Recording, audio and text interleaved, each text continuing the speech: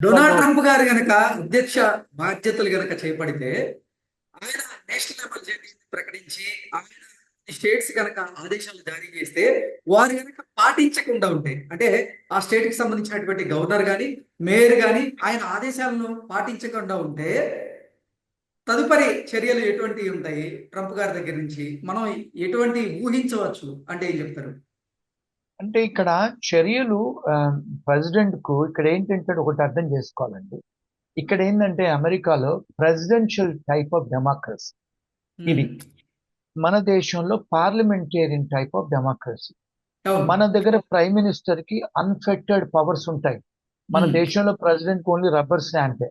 ఉమ్, so అమెరికాలో president కు మన ప్రైమ్ మినిస్టర్ కు ప్రెసిడెంట్ కు ఉన్నన్ని పవర్స్ ఇక్కడ ఉండవు ప్రెసిడెంట్ కి. ఓకే. కొన్ని ఏరియాస్లలో పవర్స్ ఉంటాయి, కొన్ని చాలా ఏరియాస్లలో పవర్స్ ఉండవు. ఉమ్, అంటే ఆయన పవర్ యూజ్ చేసి అన్నప్పుడు ఉమ్, స్టేట్ గవర్నమెంట్లకు కొంత ఫండ్స్ ఇవ్వను అని అనొచ్చు అంతే. ఓకే. కానీ నేను నేను ప్రెసిడెంట్ ఆఫ్ దేశాన్ని, నేను ఉమ్, చెప్పినట్టుగా నేను పాస్ చేసినట్టు ఎగ్జిక్యూటివ్ ఆర్డర్స్ మీరు అందరూ ఫాలో చేయాలి అనేది ఉమ్, లేదు స్టేట్ రాజ్యాంగంలో. ఓకే. ఆ శ్రీనివాస్ సెంట్రల్ గారు, రాజ్యాంగంలో. యా, శ్రీనివాస్ గారు ఇంకొకటి, అసలు అమెరికాలో ద్రవ్యోల్బణం ఉంది. దానికి కారణం అక్రమ వలసదారులు. వారిని అమెరికా నుంచి తరిమి కొడితేనే మన అమెరికా మళ్ళీ పూర్వ వైభవానికి వస్తుంది అంటూ ఒకవైపు ట్రంప్ చెప్తూనే తాను అధ్యక్ష బాధ్యతలు చేపట్టిన తర్వాత అక్రమ వలసదారులను అమెరికా నుంచి పంపిస్తాను అంటూ ట్రంప్ చెప్తూ ఉంటే, మరోవైపు అంటే అక్కడ రాష్ట్రాలకు చెందినటువంటి గవర్నర్లు కానీ మేయర్లు కానీ అక్రమ వలసదారులను ప్రోత్సహిస్తూ ఉంటే మరి అమెరికా ద్రవ్యోల్బణం పరిస్థితి ఏంటి అంటే ఏం చెప్తారు? ఇక్కడ ఏంటంటే ఇంకొక విషయం ఏంటంటే ఇక్కడ మీకు తెలుసుకోవాల్సింది ఏంటంటే రిపబ్లికన్ పార్టీ డెమోక్రటిక్ పార్టీ ఉన్నాయి. అవును. కొన్ని సిటీస్లలో కొన్ని సిటీస్ మేయర్స్, కొన్ని గవర్నర్స్ ఉమ్, డెమోక్రటిక్ పార్టీ గవర్నర్స్ ఉన్నారు, మేయర్స్ ఓకే. ఉన్నారు. ఉమ్, అయితే ఇక్కడ పొలిటికల్ మన దగ్గర ఎట్లయితే మన బీజేపీ గవర్నమెంట్, కాంగ్రెస్ గవర్నమెంట్ ఉందో, ఉమ్, సెంట్రల్ గవర్నమెంట్ లో బీజేపీ పవర్ లో ఉంది, కొన్ని స్టేట్లలో కాంగ్రెస్ పవర్ లో ఉంది. ఉమ్, సో కొన్ని విషయాలలో మన సెంట్రల్ గవర్నమెంట్ లో ఏదైతే డిసిషన్స్ తీసుకుంటారో స్టేట్ గవర్నమెంట్కి వచ్చే వరకు కొంత ఇన్ఎఫెక్ట్ అవుతుంది. ఉమ్, సో అట్లాగే ఇప్పుడు అమెరికాలో కూడా కొన్ని ఏమవుతుందంటే కొన్ని స్టేట్ గవర్నమెంట్, కొన్ని మేయర్స్ వాళ్ళు అంటే వాళ్ళు సుప్రీం, వాళ్ళు మేమే రాజులం అనుకుంటారు. అంటే ఓకే. ఇక్కడ ఇక్కడ సిస్టమ్ అలాగా, అక్కడ లీగల్ సిస్టమ్ అలాగా. ఉమ్, సో ఆ, అలాంటి పరిస్థితులు ఉన్నప్పుడు మరి ఇక్కడ కొన్నిసార్లు డెమోక్రటిక్ పవర్ లో ఉన్నప్పుడు రిపబ్లికన్ గవర్నర్స్, ప్రెసిడెంట్లు, మేయర్లు కూడా ఉన్నారు కొన్ని ఉమ్, స్టేట్స్లలో. మరి అక్కడ వాళ్ళకి పవర్ లేదు మళ్ళా ఫెడరల్ గవర్నమెంట్ లో ఉన్నప్పుడు. సో ఉమ్, ఇక్కడ ఏంటంటే బికాజ్ ఇక్కడ వీళ్ళు సుప్రీం అంటారు, వీళ్ళు state supreme, um, city supreme, federal government supreme. ఆ ఓకే. అథారిటీ లాస్ కూడా అలాగే ఉన్నాయి ఇక్కడ ఈ దేశంలో. ఓకే. ఇప్పుడు ఫర్ ఎగ్జాంపుల్ మీరు చూసుకుంటే ప్రాపర్టీ లా ఉందండి, అది ఉమ్, స్టేట్ కు సెపరేట్ లా. ఉమ్, ఫ్యామిలీ లా ఉంది, సపరేట్ స్టేట్ కు సెపరేట్ లా. ఇప్పుడు ఉమ్, ఫర్ ఎగ్జాంపుల్ మనకి హిందూ లా అంటే దేశం మొత్తం హిందూ లా. ప్రాపర్టీ లా ఉందంటే ట్రాన్స్ఫర్ ఆఫ్ ప్రాపర్టీ దేశం మొత్తం ఒకటే మనకి. ఓకే. ఇప్పుడు ఫైనాన్షియల్ లాస్ ఉన్నాయి, దేశం అంతా ఒకటే. ఆ, ఇప్పుడు ఇక్కడ ఏంటంటే స్టేట్ ట్యాక్స్ ఉంటుంది, సిటీ ట్యాక్స్ ఉంటుంది, ఫెడరల్ ట్యాక్స్ ఉంటుంది. సో ఎవరు వాళ్ళు కలెక్ట్ చేసుకుంటారు డబ్బులు, వాళ్ళ వాళ్ళ రాజ్యాంగము, వాళ్ళ వాళ్ళ పోలీస్ ఫోర్స్, వాళ్ళ వాళ్ళ హాస్పిటల్స్, వాళ్ళ వాళ్ళ ఎడ్యుకేషన్ సిస్టమ్ నడిపించుకుంటారు. ఫెడరల్ గవర్నమెంట్ ఏం డబ్బులు ఇవ్వదు స్టేట్ ఓకే. పోలీసు వాడికి ఉమ్, అలాగనండి. సో మనం అర్థం చేసుకునేటప్పుడు అంటే జర్నలిస్ట్ గా మీరు కూడా మన ప్రేక్షకులు అర్థం చేసుకోవాల్సింది ఏంటంటే because it's a 3 tier system, um, కొన్నిసార్లు ఎఫెక్టివ్ గా డిసిషన్ తీసుకుంటే ప్రెసిడెంట్ గారు అది కిందికి పర్కులేట్ అవ్వదు. వీళ్ళు కోఆపరేట్ చేసినా చేయకపోయినా, చేస్తేనేమో బాగుంటుంది, చేయకపోతే ఏం చేయలేడు ఆయన. సో ఉమ్, కొన్ని ఫండ్స్ ఆపొచ్చు ఆయన కొన్ని. అంటే ఇప్పుడు మనకు ఎట్లయితే మన మన ప్రైమ్ మినిస్టర్ గారు మోడీ గారు కొన్ని స్టేట్స్ కి పవర్ లేకపోతే, for example last time Andhra government కి ఎట్లయితే కొంత ఫండ్స్ ఇవ్వలేదో జగన్ గారు ఉన్నప్పుడు, ఉమ్, ఇప్పుడు మళ్ళీ టీడీపీ నాయుడు గారు వచ్చిన తర్వాత తెచ్చుకుంటున్నారు వారు. అలాగే ఉమ్, బికాస్ ఎందుకంటే వాళ్ళకు కోఆపరేటింగ్ గా సేమ్ పార్టీ పవర్ లో ఉన్నారు కనుక. Um, same thing applies in America అండి. అంటే ఓకే. పొలిటికల్ పవర్స్ ఉన్నందుకు కొంత ఇన్ఎఫెక్టివ్ గా ఉంటుంది. ఓకే. సార్ ఇప్పుడు స్టూడెంట్స్ కానీ అలాగే ఉద్యోగులకు కానీ మీరు చెప్తున్న దాని ప్రకారం ఎటువంటి ఎఫెక్ట్ అయితే ఉండేటువంటి అవకాశం లేదంటారు. ఇప్పుడు మన స్టూడెంట్స్ అంతా వాళ్ళందరూ స్టూడెంట్ వీసా మీద వస్తారండి. ఉమ్, వాళ్ళకు లాఫుల్ గా 20 గంటలు కాలేజీలో పని చేసుకోవచ్చు. ఉమ్, ఇప్పుడు మోస్ట్లీ స్టూడెంట్స్ ఏంటంటే వాళ్ళకు ఓపీటీలు, సిపిటీలు లేకపోతే స్టెమ్ ఇవన్నీ వస్తాయి వాళ్ళకు. అంటే వర్క్ ఆథరైజేషన్ వస్తుంది.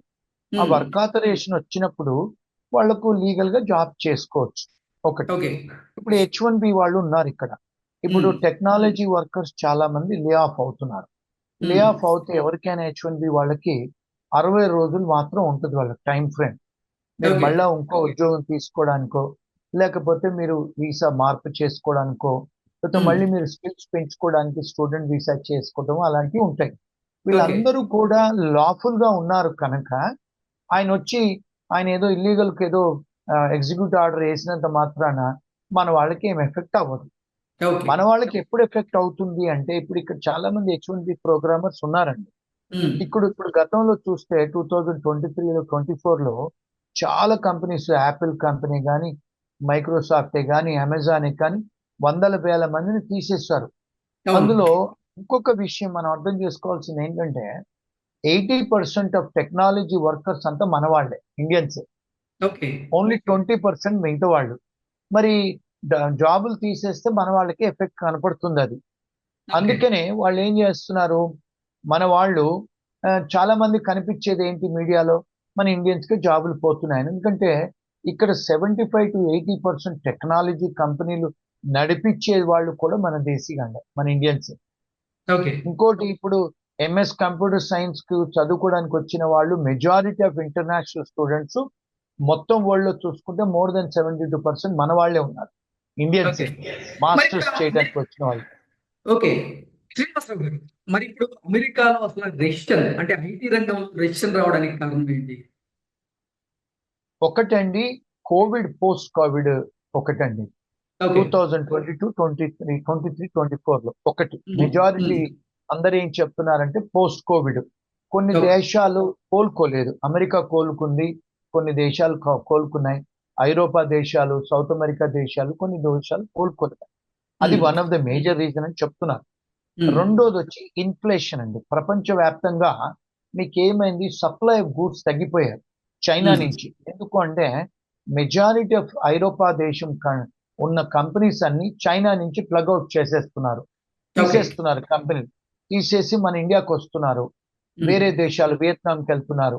ఎందుకు, కోవిడ్ వల్ల అన్ని దేశాలు చైనాను చాలా మంది బ్యాన్ చేసి ట్రేడ్ వాళ్ళతో చేయట్లేదు.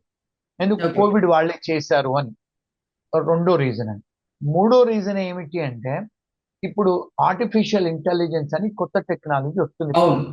AI is one of the biggest reason అండి, ఉమ్, ఆర్టిఫిషియల్ ఇంటెలిజెన్స్.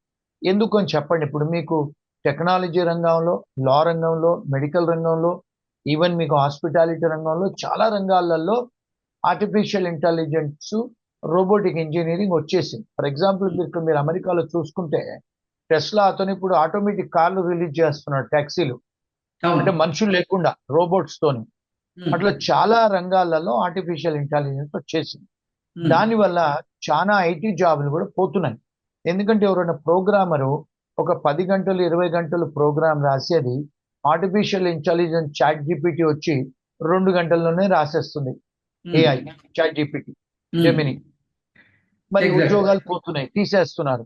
ఇప్పుడు అన్ని కంపెనీస్, అమెజాన్ కానీ, మైక్రోసాఫ్ట్, యాపిల్, గూగుల్ అందరూ కూడా billions of dollars artificial intelligence మీద వాళ్ళు ఇన్వెస్ట్ చేస్తున్నారు.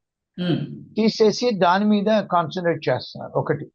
రెండోది ఏంటి, క్లౌడ్, ఇంకోటి ఉమ్, డేటా ఇన్ఫర్మేటిక్స్, ఆ ఏరియాస్లలో వాళ్ళు ఇన్వెస్ట్ చేస్తున్నారు. ఉమ్, ఎందుకు, నెక్స్ట్ నెక్స్ట్ ప్రపంచం ఏంటంటే ఏఐ నుంచే. అంటే వీళ్ళందరికీ కూడా జాబులు పోతాయి.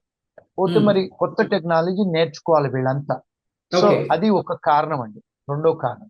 ఉమ్, మూడో కారణం అండి, ఇప్పుడు చూస్తే మీరు వరల్డ్ ఎకనామిక్స్ లో ఇన్ఫ్లేషన్ జరుగుతుంది. ఇప్పుడు ఉమ్, ఫర్ ఎగ్జాంపుల్ యునైటెడ్ కింగ్డమ్ ఉంది. యునైటెడ్ కింగ్డమ్, ఇటలీ, గ్రీసు, ఐరోపా దేశాల్లో వాళ్ళు కోలుకోలేదు. చాలా ఉమ్, ఇండస్ట్రీస్ క్లోజ్ అయ్యాయి, చాలా మంది చనిపోయారు అక్కడ ఉమ్, కోవిడ్ లో.